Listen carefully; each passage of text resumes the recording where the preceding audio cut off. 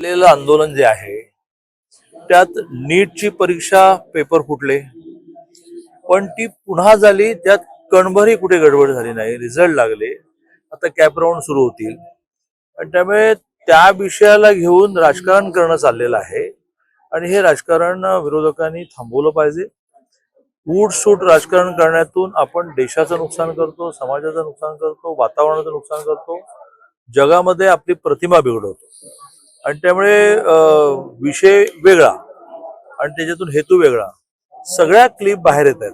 तुम्हीच बाहेर काढताय की हे कुठे शिजलं, त्याच्यातला हेतू काय आहे आणि फार लांब लांब पर्यंत जातील. आणि मी तुम्हाला एक सांगतो की लोकसभेमध्ये ज्यावेळेला चर्चेला उत्तर द्यायला माननीय अमित भाई किंवा माननीय नरेंद्रजी उठतील त्यावेळेला सगळ्यांची पोलखोल होईल आणि त्यामुळे वेळेस सावध व्हा. तुमचा हेतू कळलेला आहे.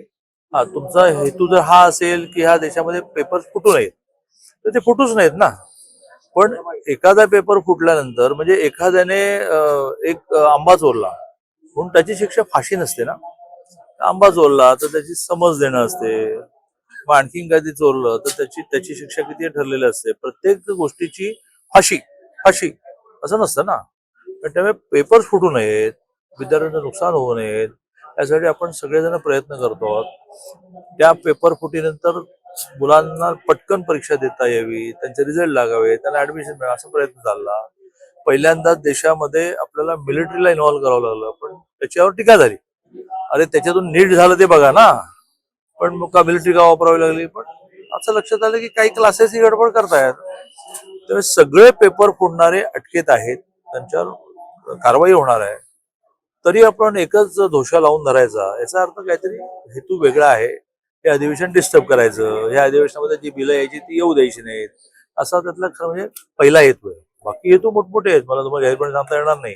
म्हणजे गप्पा मारा ह्या अटीवर की बाहेर कोट करणार नाही. तर तुम्हाला मी अशा लांब लांब पर्यंत लिंक नेऊन पोचवेन.